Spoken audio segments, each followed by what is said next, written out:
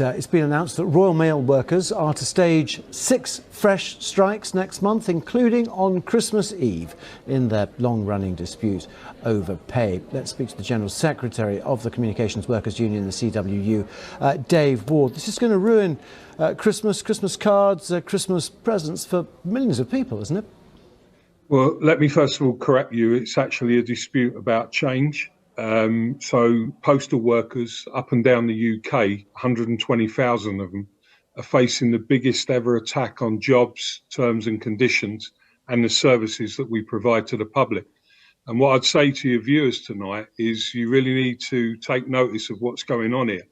If people thought, forgive me, I realise worker conditions are as part of the bundle, but well, I just wanted to say it is about pay as well, though, because the Royal Mail say that they've offered 5.5%, but there are conditions attached in terms of restructuring and everything else. Surely it is part of it. I'll tell you what it's about. And what I'm saying to you, the disputes that we've announced are about change. We have got a dispute on pay, and we have made some progress on pay. But if you let me finish, be absolutely clear, this is about an attack on jobs, terms and conditions, which makes P&O what happened there. This is P&O on steroids.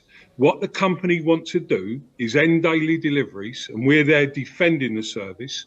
They also want to make sure that they bring in other workers, get rid of existing workers and bring in new workers on lower terms and conditions, 15 to 20% less than what postal workers currently get paid.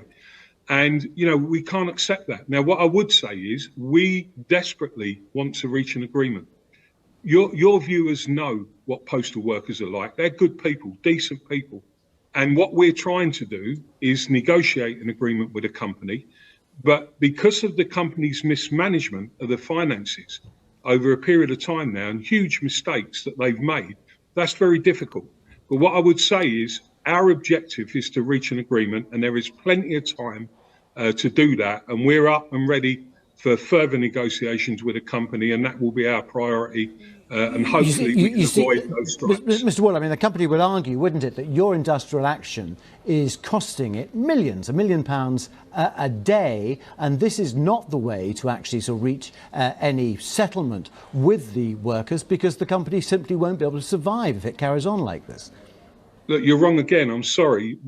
If you research your facts, what's cost the company a huge amount in finances is then given away over 567 million of a 758 million actually, pound I'm only quoting what the company has been saying over the last few weeks and months when I have been following it. So I'm putting the company line to you, Mr. Ward, that's all. Yeah, well, you should be putting my line to the company. There's too many of these interviews. Quite happy to if they'll come on. You just put the questions that the company give to you. And I'm saying to you, the company are not acting with integrity. They're not telling the truth. This is about major shareholders fighting over the future of the Royal Mail Group. And our members are paying the price for huge mistakes that have been made by the CEO and the board. And we're not going to put up with that. Now, what we would say is the people here who are fighting for the service, the very thing that you have mentioned, we don't want to be on strike at Christmas. We want to reach an agreement, and we're going to do everything in our power to reach that agreement. Will you meet the company at ACAS? Again, I'm putting what the Royal Mail are saying, that you've refused to go to ACAS. Look, you're obviously not aware of what's been going on. We've been at ACAS. We're still in ACAS. We met the company at the weekend. We'll continue to meet the company. Over all the issues? Over all the issues, yeah. You need to research your facts properly before you start asking me questions about that.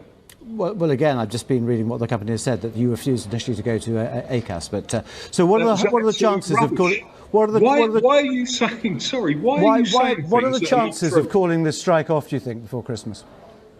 First of all, why are you saying things that are not true? You have to start listening to what people are saying, not just repeating what the company is saying. Ask them these questions. We've been at ACAS. We've been negotiating. What are the chances? What are the chances of calling this strike off for Christmas? We have put forward some very good initiatives that would be in the interest of customers and the future of Royal Mail, as well as our members, in order to secure the future. We're waiting for the company to come back to us. We're ready to negotiate. We're ready to carry on negotiations tomorrow. The ball is firmly in the court of the company on that.